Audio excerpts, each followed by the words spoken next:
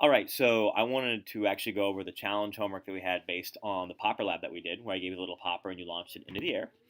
And so let's go ahead and use data. And I tried to use realistic data here. So Mr. Mobile let me use a scale and we measured the popper mass is 0.01 kilograms.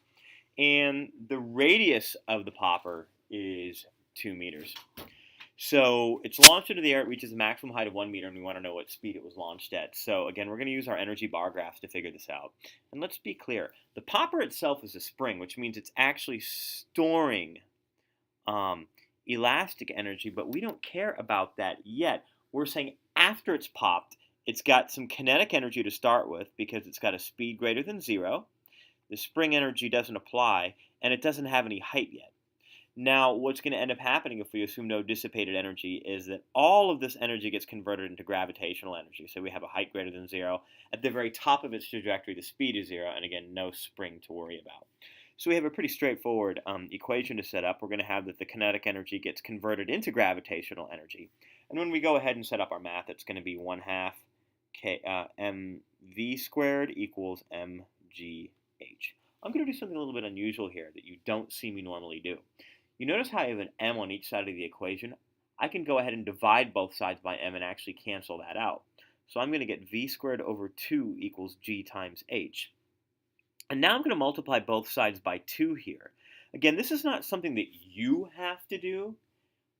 I'm showing you a different way of doing the algebra because I know some of you like these little math shortcuts. If you are the kind of person that says absolutely not, the quicker we put in numbers, the better. You should continue to do that, but I want you to see this trick here in case it's helpful too. So v is the square root of 2 times g times h, and now we put in our number. So v is going to be the square root of 2 times 10 times 1. When I actually put that into my calculator, I think you're getting a speed of around, and I'm really rounding here, double check my math, I'm going to say approximately 4.4 meters per second. I can always check here though. And Macs have a spotlight function where it actually works like a calculator. Yeah, so 4.5 meters per second. Awesome. Now, that's how we get the speed. So it says, based on your answer to number 1, determine the spring constant of the spring. So here's how we do this. Since we flip the popper to make it launch, it's compressed a distance that's twice its radius. Now, I know a lot of you in the lab just used the radius as the compression distance. That was good, and I'll accept that because it was a good creative answer, but technically speaking, we'd want to say that x is 0.04. So let's set up the equation. The spring energy actually becomes kinetic energy of the popper. I'm going to do something unusual again. I'm going to actually cancel the 1/2s here. So we have k times 0.04 squared equals m, which is going to be 0.01, times v squared, which we saw before, v squared is going to be 20. So k is going to be a fairly big number. It's going to end up being 2 divided by 0.04 squared. And when we solve for this,